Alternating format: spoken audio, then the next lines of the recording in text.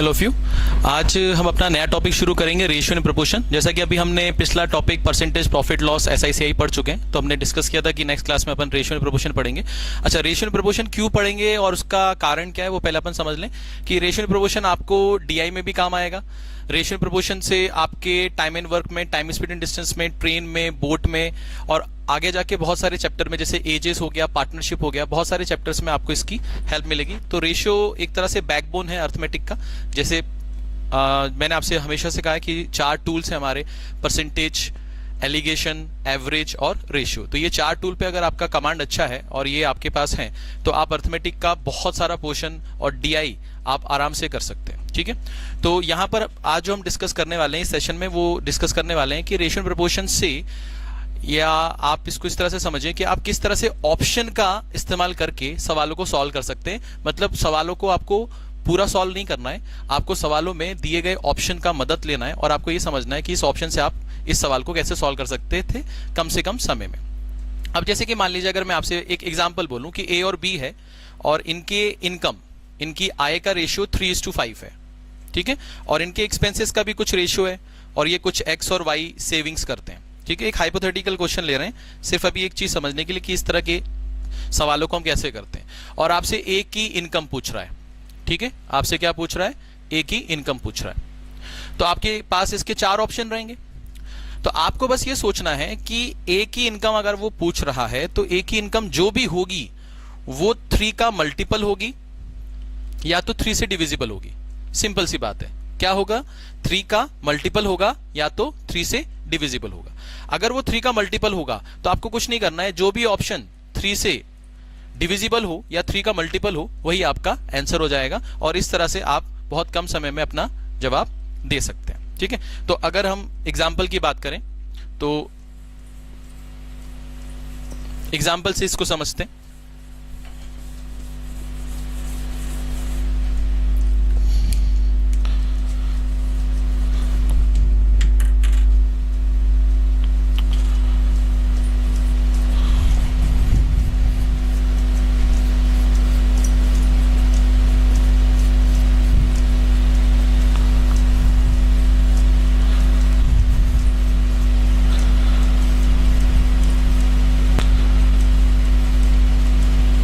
अब आपके पास ये सवाल आ गया कि A:B, B:C, C:D, D:E का ऑप्शन आपके पास है, सवाल है आपके पास। अच्छा, आपसे इसमें बोला जा रहा है कि आप मुझे ये बताइए कि A:B, C:D, E क्या होगा। ठीक है, बहुत ही कॉमन सवाल है। जब ये रेशियो एंड प्रोपोर्शन आप शुरू करेंगे तो रेशियो एंड प्रोपोर्शन में ये बेसिक सवाल है, आपकी शुरुआत यहीं से होती है। किसी भी किताब से अगर आप पढ़ते हैं, किसी को भी फॉलो करते हैं, तो आपका जो सवाल शुरू होगा किसी इस चैप्टर में वो यहीं से शुरू होगा। हो सकता है वो A, B और BC का रेशियो दे और आपसे बोले कि ABC का रेशियो बताइए, फिर AB, BC और CD का दे और आपसे बोले ABCD का रेशियो बताइए। तो मैं आपको 5 इसमें डाटाज हैं ABCDE तक, मैं आपसे पूछ रहा हूँ कि इसका रेशियो क्या होगा, ये आपको बताना है। अब आप ये सोचेंगे कि जो एक आम बच्चा है वो क्या करता है, वो ये लिखता है कि ये 1:2 है, ये 3:4 है, ये 6:9 है और ये 12:16 है। वो ऐसा करता है। ठीक है, ये वो तरीका है जो हम फॉलो नहीं करते हैं। हम आपको बस ये बता रहे हैं अभी कि बच्चा, आम बच्चा जो है वो क्या करता है। तो उनको ये सिखाया गया कि इसके आगे ये 2 लिख दो, आप इसके आगे यहाँ पर 9 लिख दो, इसके आगे आप 6 लिख दो, इसके आगे आप 12 लिख दो। ठीक है, इसके आगे आप 3 लिख दो। अब इसको मल्टीप्लाई कर लो आप। अब इसको मल्टीप्लाई करोगे और सॉल्व करोगे तो आपको इसका रेशियो मिलेगा, ABCDE का रेशियो मिलेगा। और ये तो बहुत लंबा प्रोसेस हो जाएगा, इसमें तो बहुत टाइम चला जाएगा और इतना समय हमारे पास पेपर के समय नहीं होता है। अगर पेपर के समय इतना समय नहीं होता है और ये सवाल तो आएगा, इस तरह के सवाल तो आते रहते हैं, कॉमन है ये, तो फिर हम इस तरह के सवालों को कैसे कर सकते हैं वो हम सीखेंगे। अब मान लीजिए इसी सवाल में आपको मैं ऑप्शन दे दूं। ठीक है, अगर इसी सवाल में मैं आपको ऑप्शन दे दूं तो फिर ये सवाल आप कैसे करोगे। ठीक है, जैसा कि हमने कहा कि हम ऑप्शन से सवालों को करेंगे, तो इसमें अगर आपको ऑप्शन दे दिया 1:3, 6, 12, 16, 2:4, 6, 9, 16, 3:4, 8, 12, 16 और 3:6, 8, 12, 16। ये आपको 4 ऑप्शन दिए हुए हैं। ठीक है, ये पहला ऑप्शन है, ये दूसरा ऑप्शन है, ये तीसरा ऑप्शन है और ये चौथा ऑप्शन। अब आपसे बोल रहा है कि इन चारों ऑप्शन में से कौन सा सही जवाब होगा। अब आपको बोला गया है, आपको सिखाया जा रहा है कि आपको कभी भी कोई सवाल सॉल्व नहीं करना है, कोशिश ये करनी है कि आप ऑप्शन से किस तरह से सवालों को सॉल्व कर सकते हैं। ठीक है, अब अगर मैं बात करूं इसकी, तो आप कैसे कर सकते थे ये सवाल। तो आपने देखा कि सर ने बोला था कि ए और बी का रेशियो कितना है, 1:2। ठीक है, अब आप हमेशा याद रखिएगा कि अगर ए और बी का रेशियो 1:2 है तो ये दुनिया में कहीं पर भी जाएंगे इनका रेशियो 1:2 ही रहेगा। समझ में आ रहा है, मतलब इनके बीच में अगर रेशियो 1:2 का है तो ये ताउम्र हमेशा 1:2 ही रहेगा, ये चेंज नहीं हो सकता। समझ में आ रहा है। हाँ, इसका रिप्रेजेंटेशन बदल सकता है, 1:2 को आप 2:4 भी लिख सकते हो, 6:12 भी लिख सकते हो, इनका मतलब भी 1:2 होता है। बट इनके बीच में अगर रेशियो 1:2 है तो ये 1:2 ही रहेगा। अब इसका फायदा कैसे उठाएंगे, तो हम ये देखेंगे कि हमें जो पूछा गया है उसमें ए और बी है, और अगर ए और बी का 1:2 रेशियो रहेगा और हमेशा रहेगा तो यहां पर भी होना चाहिए। तो हमने देखा कि यहां पर क्या लिखा हुआ है 1:3, जबकि होना क्या चाहिए 1:2, तो ये ऑप्शन नहीं हो सकता। ठीक है, यहां पर क्या दिख रहा है आपको 3:4, जबकि होना क्या चाहिए 1:2, तो ये भी नहीं हो सकता। तो आपने देखा कि 4 में से आपने 2 ऑप्शन एलिमिनेट कर दिए। अब बच्चा कंफ्यूज होता है और बोलता है सर यहां पर भी 1:2 बन रहा है और यहां पर भी 1:2 बन रहा है। मैंने कहा हाँ ठीक है, तो ये दोनों में से कोई भी ऑप्शन हो सकता है, बट ये बाकी 2 ऑप्शन नहीं हो सकते। समझ में आया, तो मैंने इसका इस्तेमाल किया। अब मैं देखूंगा कि बी और सी के बीच में रेशियो कितना दिया गया था, 3:4 का दिया था। तो हम देखेंगे कि यहां पर B/C का जो रेशियो है क्या वो 3:4 है, नहीं है, ये 2 4 और 2 3 6, मतलब 2:3 का रेशियो है। इसका मतलब ये भी अपना आंसर नहीं हो सकता। अच्छा, 4 ऑप्शन दिए गए थे, 3 आपने एलिमिनेट कर दिए कि नहीं हो सकते, तो चौथा ऑप्शन जो बचा, जाहिर सी बात है कि वही आपका सही जवाब होगा। ठीक है, बट फिर भी आप इनिशियल स्टेज पे अभी आप क्रॉस चेक करिए, पेपर में ऐसा ना करिए। पेपर में अगर आपको पता चल गया कि 4 में से 3 नहीं है तो जाहिर सी बात है चौथा ऑप्शन ही आपका सही आंसर होगा। अब अगर हम यहां पर देखें कि इनके बीच में ऑप्शन क्या होना चाहिए, रेशियो क्या होना चाहिए, 3:4 होना चाहिए, तो ये 2 3 और 2 4 सेटिस्फाई हो गया। अब यहां पर देखिए इसके बीच में क्या है 6:9 का, अगर इसको ध्यान से देखें तो 3 2 और 3 3 मतलब 2:3 का रेशियो है। तो यहां पर देखिए 4 2 और 4 3 2:3 का रेशियो है। ठीक है, और D/E का रेशियो कितना है यहां पर 12:16, और यहां पर भी क्या लिखा हुआ है 12:16।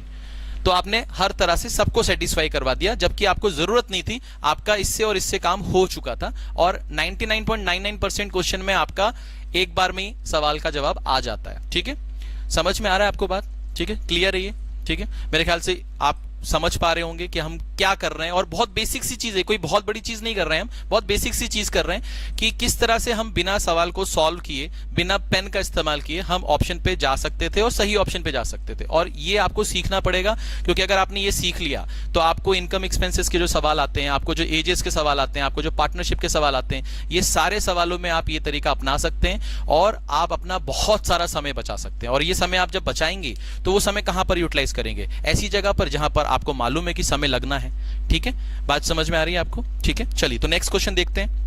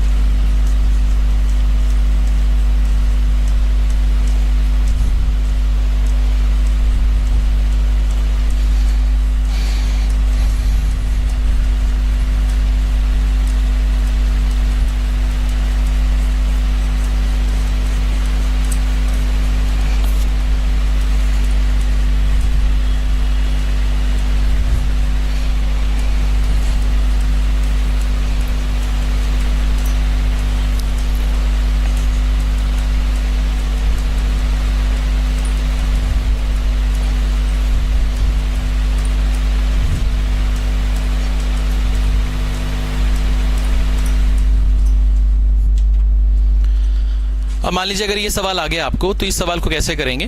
ठीक है, अब यहाँ पर आपको लिखा हुआ है कि A/B का रेशियो ये है, B/C का ये है और C/D का रेशियो ये आपको गिवन है। ठीक है, ये सारी चीजें आपको गिवन है और आपसे मांगा क्या जा रहा है कि A/B/C/D का रेशियो निकालिए। ठीक है, अब आपको बताया गया कि आपको ये सवाल ऑप्शन से करना है और सिर्फ ऑप्शन से करना है और किसी तरीके से नहीं करना है। ठीक है, तो आप ध्यान से देखिए, आपका ध्यान कहां पर जाना चाहिए। अप्रोच में आपको बता रहा हूं, आप इसको फॉलो करेंगे, आपका फायदा होगा। अब आप देखिए 8 को यहां पर भेज दूं मैं तो ये कितना हो जाएगा 8, और 2 को यहां भेज दूं तो ये क्या हो जाएगा 6। इसका मतलब A और B का रेशियो क्या हो जाएगा 8:6 हो जाएगा।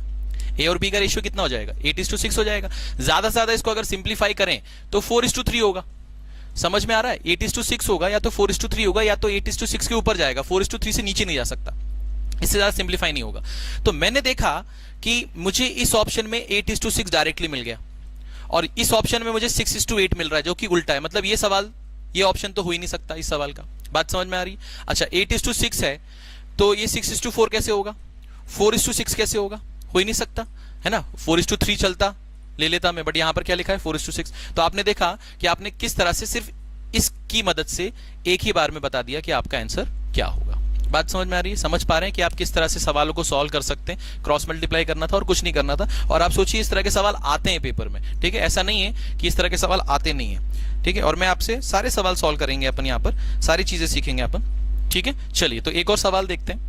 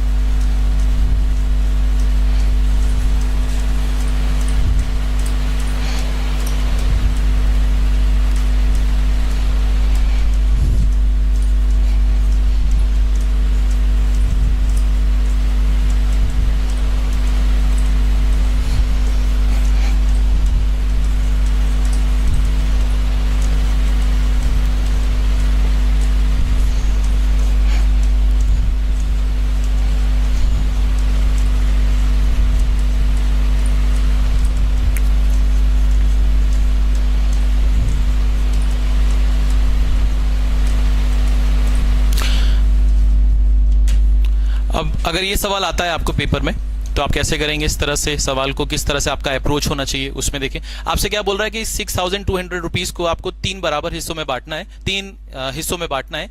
और किस रेशियो में बांटना है आपको, इस रेशियो में बांटना है। ठीक है, बराबर हिस्सों में नहीं, इस रेशियो में आपको बांटना है।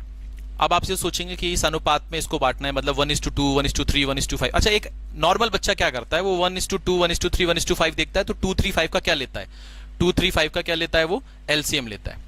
ठीक है, फिर उस LCM divided by 2 divided by 3 divided by 5 ये करेगा, फिर इसकी वैल्यू आ जाएगी। इसका टोटल किसके बराबर होना चाहिए, 6200 के बराबर होना चाहिए, और फिर वो 1 यूनिट की वैल्यू निकालेगा। ठीक है, तो सही मेथड है, कोई गलत मेथड नहीं है। बट जिस एग्जाम के लिए आप जा रहे हैं या जिस एग्जाम की आप तैयारी कर रहे हैं, उस एग्जाम में आपको इतना समय नहीं होता है कि आप इतना समय यहां पर लगाएं।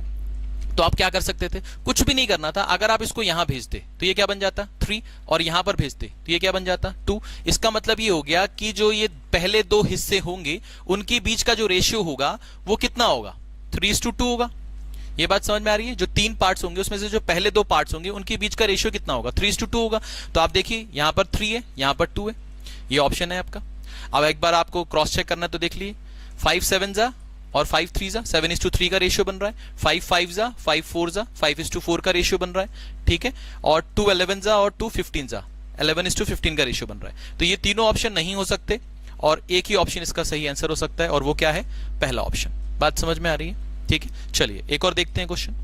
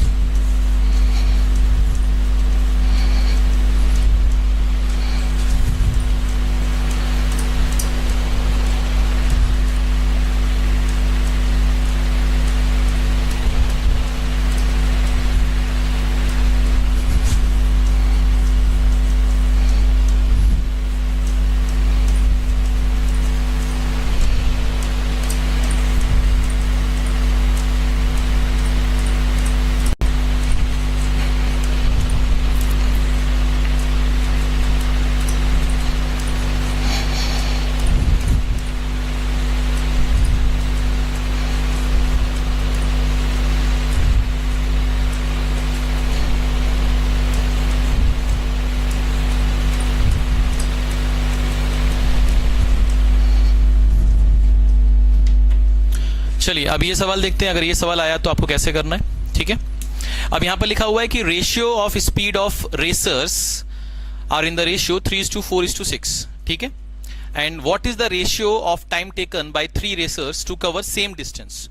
अब आपको यहां पर ये चीज समझनी है कि ये जो आपको रेशियो दिया गया है, ये जो अनुपात दिया गया है, ये किसका दिया गया है आपको, स्पीड का, चाल का, ठीक है। और यहां पर आपसे मांगा किसका रेशियो है, टाइम का, समय का, ठीक है। और एक कंडीशन आपको यहां पर दी गई है जिसका यूज करना था आपको, और वो ये था कि इन तीनों ने कितनी डिस्टेंस ट्रेवल की है, बराबर डिस्टेंस ट्रेवल की है। मतलब फॉर एग्जांपल अगर कोई सर्कुलर ट्रैक है और यहां से तीनों ने भागना शुरू किया तो ये इन्होंने फिनिशिंग लाइन पर आके खत्म किया। इसका मतलब ये हो गया कि तीनों ने सेम डिस्टेंस ट्रेवल किया। अच्छा, एक बच्चे का, आम बच्चा क्या सोचता है, वो ये सोचता है कि सर स्पीड जो होता है वो डिस्टेंस अपॉन टाइम होता है, और डिस्टेंस इस केस में क्या है, कांस्टेंट है। इसका मतलब स्पीड और टाइम जो है वो एक दूसरे के क्या हो जाएगा, इनवर्सली प्रोपोर्शनल हो जाएगा। इनवर्सली प्रोपोर्शनल हो जाएगा का मतलब क्या होता है कि जो रेशियो स्पीड का होगा, चाल का होगा, अगर आप उसको उल्टा कर दें तो आपको समय का अनुपात, समय का रेशियो मिल जाएगा, टाइम का रेशियो मिल जाएगा। तो वो क्या करेगा कि स्पीड का रेशियो लिखेगा 3:4:6 और टाइम का रेशियो लिखेगा 1:3, 1:4 और 1:6। और अब क्या करेगा, 3, 4 और 6 का एलसीएम लेगा। अब 3, 4 और 6 का एलसीएम लेगा तो कितना आएगा, 12। 12/3 करेगा तो कितना आएगा, 4। 12/4 करेगा तो कितना आएगा, 3। और 12/6 करेगा तो कितना आएगा, 2। तो आपका जो टाइम का रेशियो आएगा वो कितना आएगा, 4:3:2। कौन सा ऑप्शन आ गया आपका, थर्ड ऑप्शन आ गया। बात समझ में आ रही है, कोई गलत नहीं है, बिल्कुल सही है, और ये तरीका सही तरीका है इस सवाल को करने का।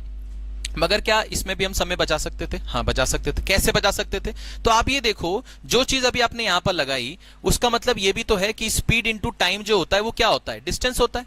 स्पीड इंटू टाइम करोगे तो क्या हो जाएगा, डिस्टेंस हो जाएगा।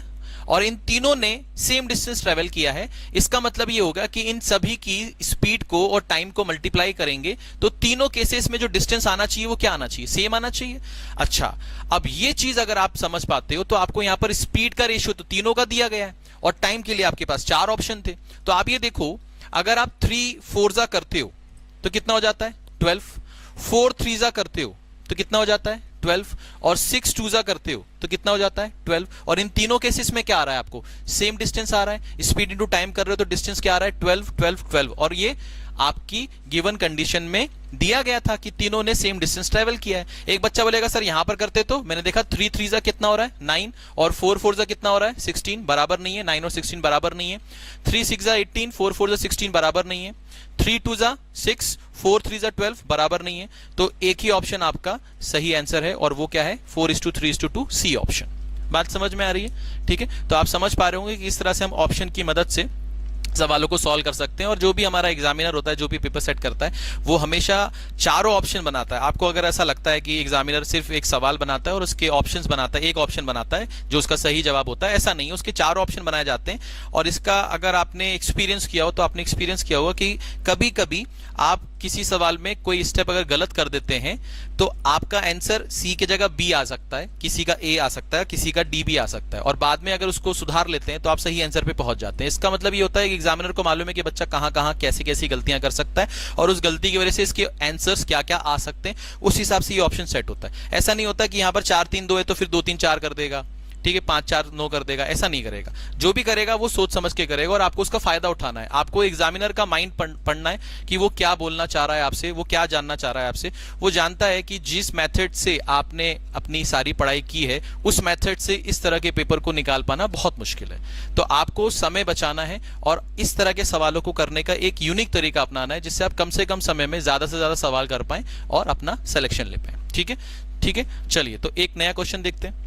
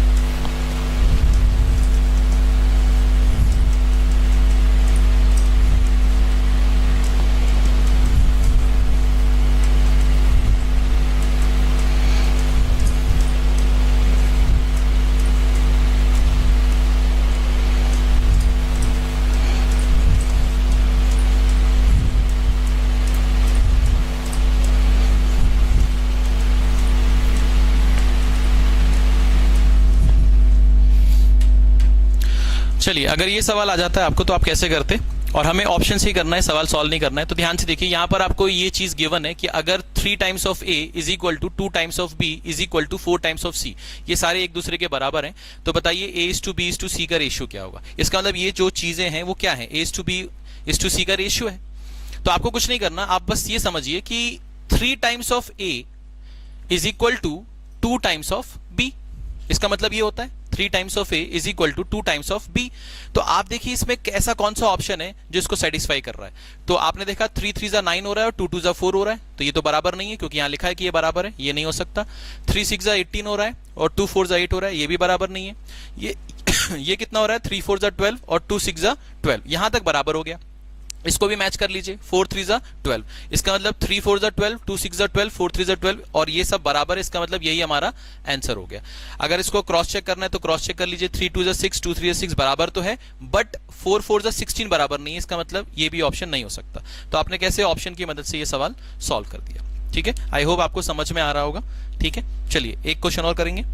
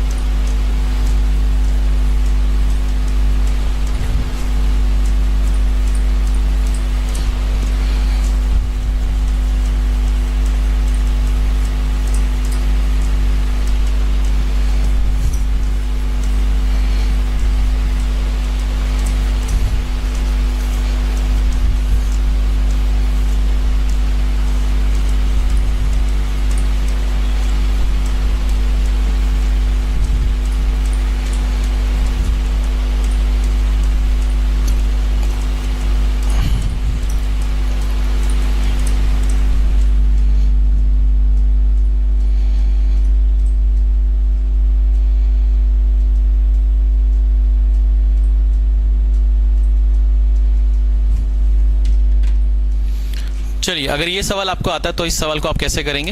यहाँ पर आपसे अगर पिछला सवाल अगर आपने समझा हो और सीखा हो तो ये सवाल आपसे तुरंत बन जाता। आप देख के बता सकते थे कि ऑप्शन क्या होगा। आपसे बोल रहा है कि 3/5 टाइम्स ऑफ P और 7/2 times of Q and 7/5 times of R, ये सारी चीजें क्या है, एक दूसरे के बराबर हैं। तो आप ये देखो, अगर आप सीधे यहां पर जाते तो यहां पर आप देखते कि 35, मतलब P की वैल्यू 35 अगर माने तो 35 को अगर 5 से डिवाइड करोगे तो कितना आएगा, 7, और 7 3 जा कितना आएगा, 21। ये आ गया, मतलब यहां से आपको क्या मिल रहा है, 21। कब आ रहा है, जब आप 35 मान रहे हो। अगर Q को अगर 6 माने तो 6/2 कितना होगा, 3, और 3 7 जा कितना हो जाएगा, 21। अगर 15 को लिखें R की जगह तो 15/5 कितना होगा, 3, और 3 7 जा कितना हो जाएगा, 21। और ये सब एक दूसरे के क्या है, बराबर है। इसका मतलब मेरा सही ऑप्शन क्या होगा, ये होगा। समझ में आ रहा है। आप देख सकते हैं कि ये 9/5 होगा, ये 14 मतलब ये 7 हो जाएगा, और ये भी 7 हो जाएगा, और ये सारी चीजें बराबर नहीं है। इस तरह से आप ये ऑप्शन भी मैच करवा सकते हो और आपको पता चलेगा कि ये सारे ऑप्शन इसको सेटिस्फाई नहीं कर पा रहे। ठीक है, तो उम्मीद करता हूं ये सेशन आपको समझ में आया होगा। और इस सेशन में सिर्फ हम ये चाह रहे थे कि आपको ये चीज सिखाई जाए कि आप किस तरह से ऑप्शन की मदद लेकर सवालों को सॉल्व कर सकते हो। ठीक है, और ये अगला सेशन जब आएगा तो उसमें और भी सवाल करेंगे और थोड़े से टफ लेवल के सवाल करेंगे, जिसमें हम आपको सिखाएंगे कि आप वहां भी ऑप्शन लगा सकते हो। आप एजेस में भी लगा सकते हो ऑप्शन, आप इनकम एक्सपेंसेस और सेविंग्स वाले क्वेश्चन में भी ऑप्शन से सवाल सॉल्व कर सकते हो। हर जगह पार्टनरशिप का सवाल भी आप ऑप्शन से कर सकते हो। ठीक है, तो सारी चीजें आप ऑप्शन से कर सकते हो, ये आपको सिखाया जाएगा। और जो तरीका है जो क्लास में सिखाया जाता है वो भी आपको सिखाया जाएगा। जो इजीएस्ट और कम समय लेने वाला जो तरीका होता है वो भी सिखाया जाएगा। बट साथ ही साथ में आपको ये भी चीज सीखनी चाहिए, क्योंकि इससे अगर आप अपने 20% सवालों को जल्दी कर पाते हैं तो वो जो टाइम बचाएंगे आप, वो टाइम आप कहीं पर और यूटिलाइज कर लेंगे। ठीक है, थैंक यू सो मच।